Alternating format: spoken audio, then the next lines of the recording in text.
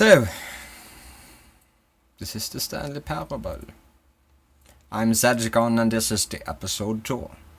First episode we went defiant all the way. And it took us nowhere, only to our demise. And now, it's our second try. Wish us luck, guys. So I'm just his gonna co-workers swing it gone. on this one. What could it mean? What could it Stanley mean? decided to go to the meeting room. Perhaps he had simply missed a memo. Probably. Probably.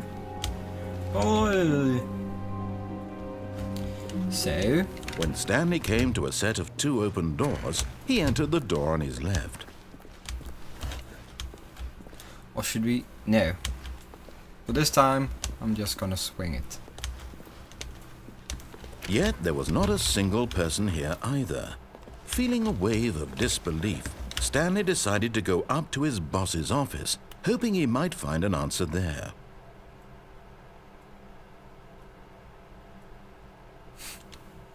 This seems like a reasonable... I don't know. I don't think that's acceptable work psychology, but sure, why not? Coming to a staircase, Stanley walked upstairs to his boss's office. But I want to go downstairs. That was my... So yeah, I'm gonna swing it. Swing it like the Magister. Oh, it's dark. But Stanley just couldn't do it. Nope. He considered the possibility of facing his boss, admitting he had left his post during work hours. He Yep. might be fired for that. And in Yep. such a competitive economy, why Yep. had he taken that risk? All because he believed everyone had vanished? His boss would think he was crazy. And then something occurred to Stanley. Maybe, he thought to himself, maybe I am crazy. Yeah. All of my co-workers blinking mysteriously out of existence in a single moment for Yeah, no and reason I'm at all. walking in circles. None of it made any logical No? sense.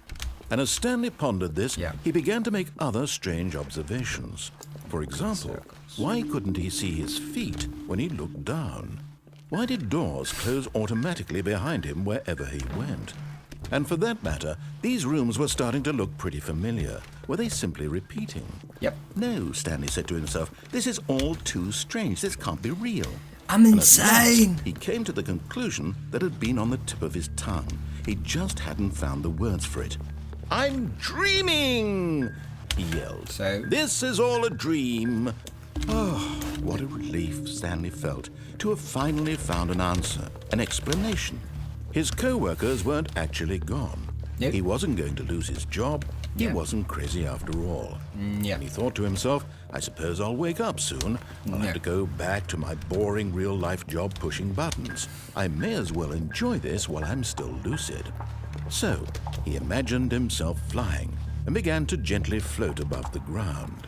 Oh. Then he imagined himself soaring through space on a magical starfield, and it too appeared. It was so much fun, and Stanley marveled that he had still not woken up. How was he remaining so lucid? And then perhaps the strangest question of them all entered Stanley's head. And that's- One he was amazed he hadn't asked himself sooner. Why is there a voice in my head dictating everything that I'm doing and thinking? I don't know. Now the voice was Doesn't everyone have describing that? itself being considered by Stanley, who found it particularly strange. I'm dreaming about a voice describing me, thinking about how it's describing my thoughts, he thought. That is And while weird. he thought it all very odd and wondered if this voice spoke to all people in their dreams, Yeah. the truth was that, of course, this was not a dream. No. How could it be?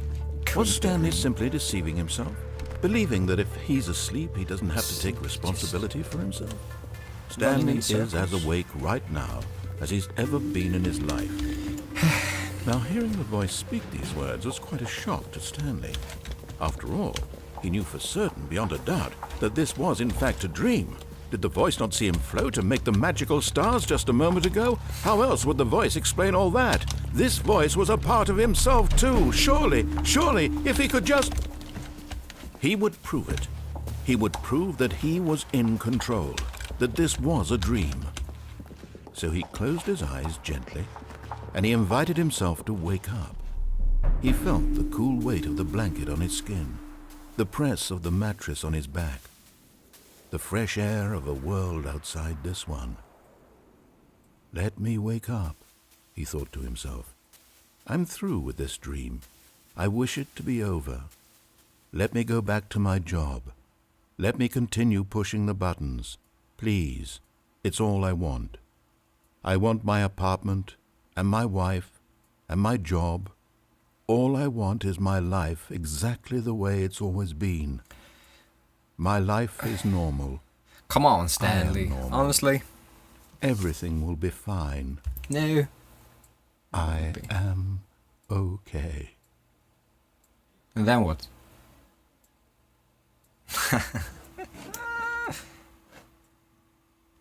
Stanley began screaming. Please, someone, wake me up. My name is Stanley. I have a boss. I have an office. I am real. Please, just someone tell me I am real. I must be real. I must be. Can anyone hear my voice? Who am I? Who am I? And everything went black.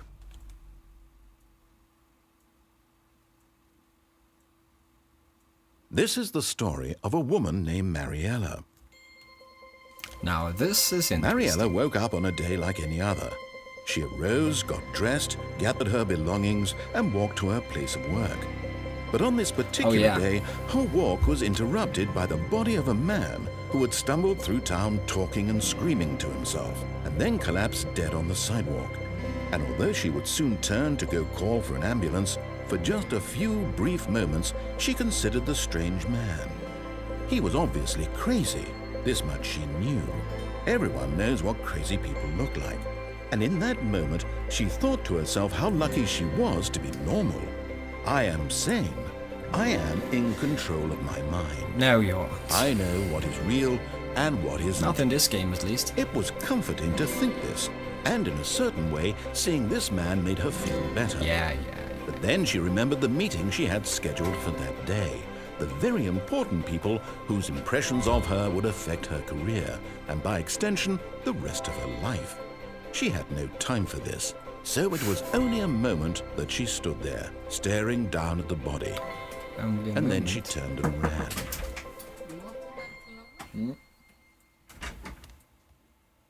Sorry about that.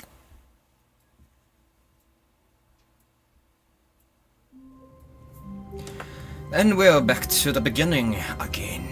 Well, I'm gonna make this episode a little bit longer, I think, because that was all of his co-workers short and a dramatic ending. Stanley decided to go to the meeting room. I think I'm gonna he had simply missed a memo. The first one now, and then I'm gonna take the door to the left. When Stanley came to a set of two open, this was not the correct way to the meeting room, and Stanley knew it perfectly well. Yeah. Perhaps he wanted to stop by the employee lounge first, just to admire it. But there's no one here. Yes. Why? This room. Well, can't there be anyone here? Eager to get back to business, Stanley took the first open door on his left. So, am I gonna come back? And so he detoured through the maintenance section, walked straight ahead to the opposite door, and got back on track. Come on. Red buttons, you can't deny the power of the red button. Never. It's just staring me in the face, like, go down, press me. You totally want to press me. Okay.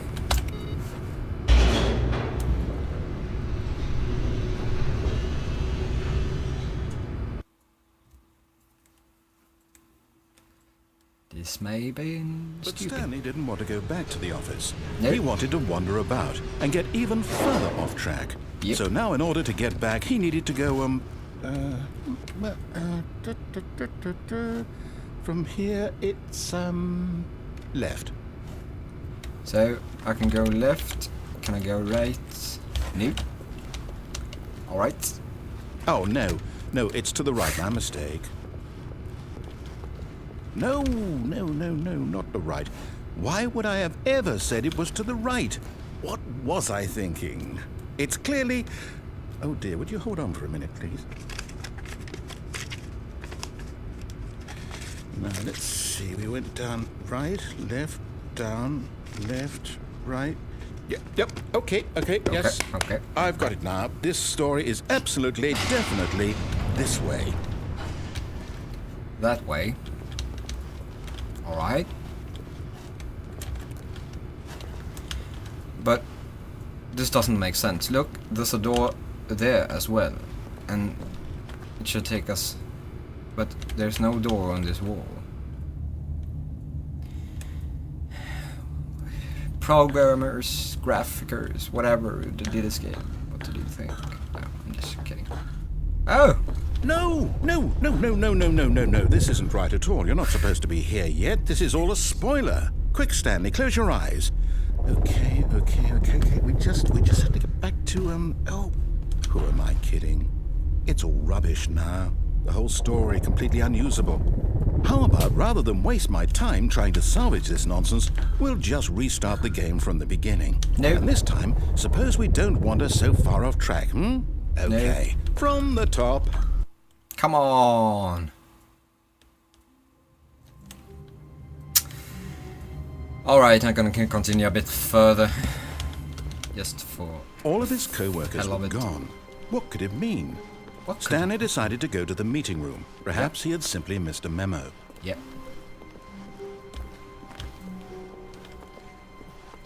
When Stanley... Wait, what? No, I restarted. I swear, I definitely restarted the game over, completely fresh. Everything should be... Or did something change? Stanley, did you change anything when we were back in that room with all the monitors? Did you move the story somewhere, or... Hold on. Why am I asking you? I'm the one who wrote the story. It was right here just a minute ago. I know for sure that it's here somewhere. Okay, then. It's an adventure. Come, Stanley. Let's find the story. Let's find... Okay, so now I have a lot of options. Suddenly. I like the ones blocked by a chair. So, no, I can't jump. Okay, it's the same room anyway. Yeah, it is. So, I think I'm gonna go left. And then... Does this look promising? That doesn't look promising. I'm gonna go over here. I'll say it. This is the worst adventure I've ever been on. I can promise you there definitely was a story here before. So? Do we need to restart the game again? No. Well, I find it unlikely that we'll ever progress by starting over and over again, but it's got to be better than this. Okay, let's give it a shot. Why not? Oh, come on. Maybe if I All if of I his was co-workers were gone. What could it mean? Stanley decided to go to the meeting room. Perhaps he had simply missed a memo. So? Hello. Okay, yep, it's worse. I might be remembering this wrong. It's possible the story is back where we just came from. Why don't we go back the other direction and see if we missed anything? Okay.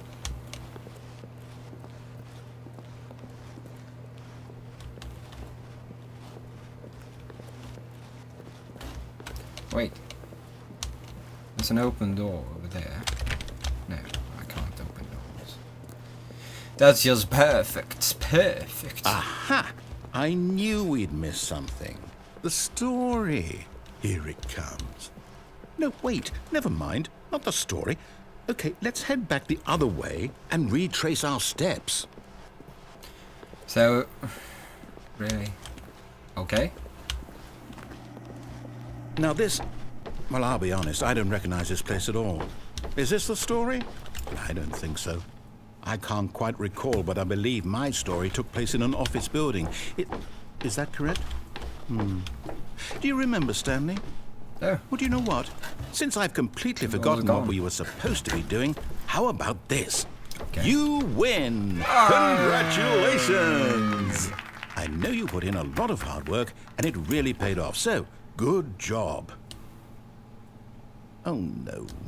No, I don't feel right about this at all. We both know you didn't put in any actual work for that win. Some people win fair and square, and this was not one of those situations. No, it wasn't. Okay, I'm getting weirded out by whatever this place is. I don't care what might happen this time. I have to restart. Again. Honestly. The Stanley Parable adventure line. So, okay.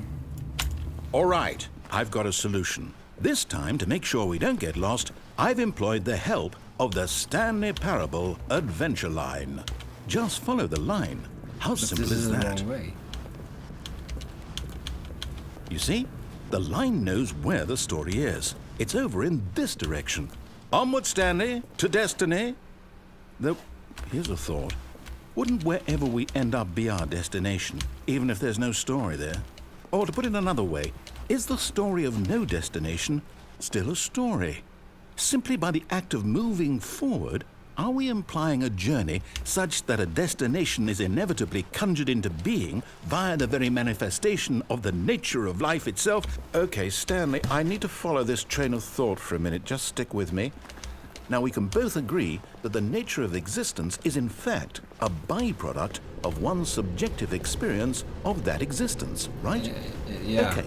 Now, if my experience of your existence rests inside of your subjective experience of this office, is this office in fact the skeleton of my own relative experiential mental subjective construct? Whoa. Hang on. That got a bit weird back there. Well, I'd like to apologize. Not sure where I was going with all that. No, you know what? me either. I think what we need right now is a bit of music to lighten the mood. Yeah, sure.